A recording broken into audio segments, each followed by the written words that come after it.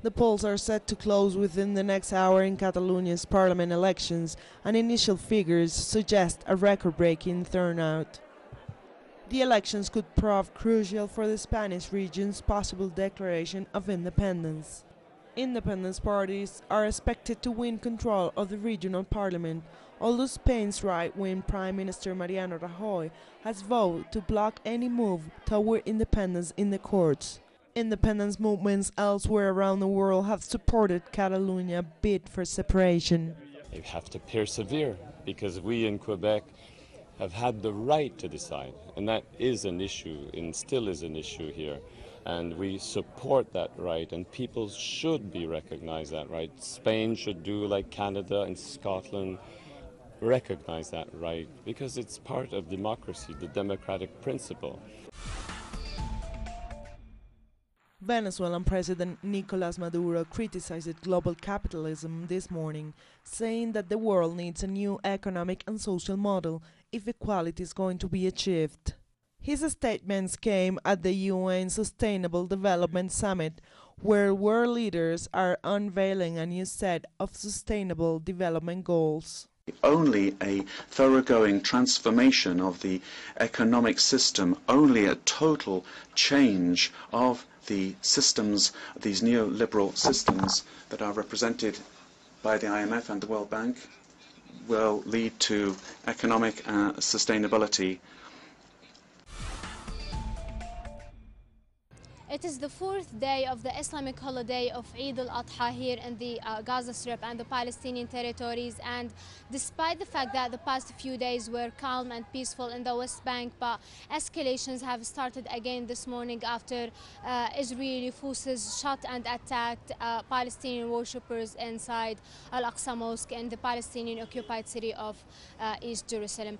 At the same time, Palestinians are excited and hopeful at the same time for the Palestinian speech, the Palestinian President Mahmoud Abbas' speech at the United Nations on Wednesday.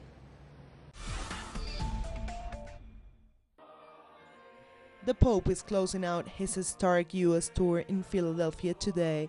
He is due to meet with him at a Pennsylvania prison, followed by a mass expected to draw 1.5 million people. The final services will be presided over by tight security. During the Pope's visit, he met with Latino families and addressed the U.S. Congress, in which he urged U.S. lawmakers to end the death penalty and accept refugees. Pope Francis returns to Rome this evening.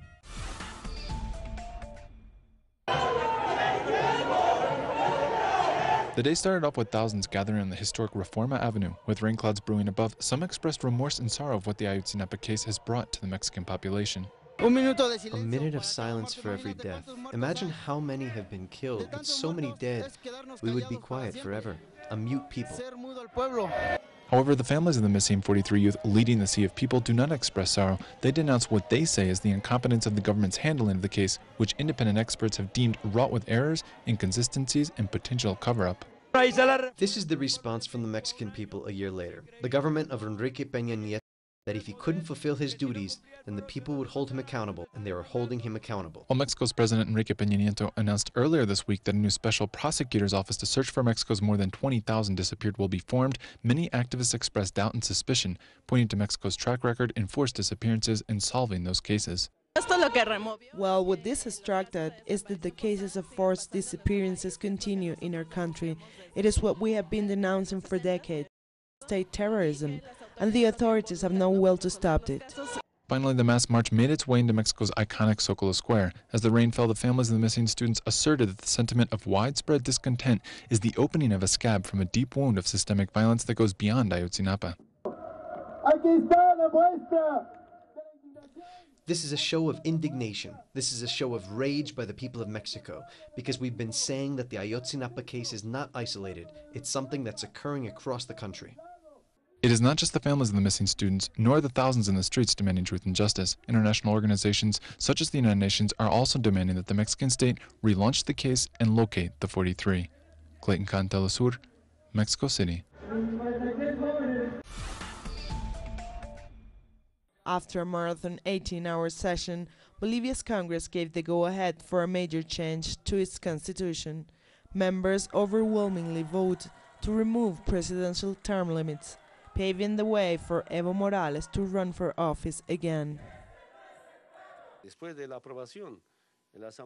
After this approval by the Assembly, there will be a referendum where the people will say yes or no. I'm not going to campaign for them to vote yes. If it's a proposal of the people, they'll decide yes or no.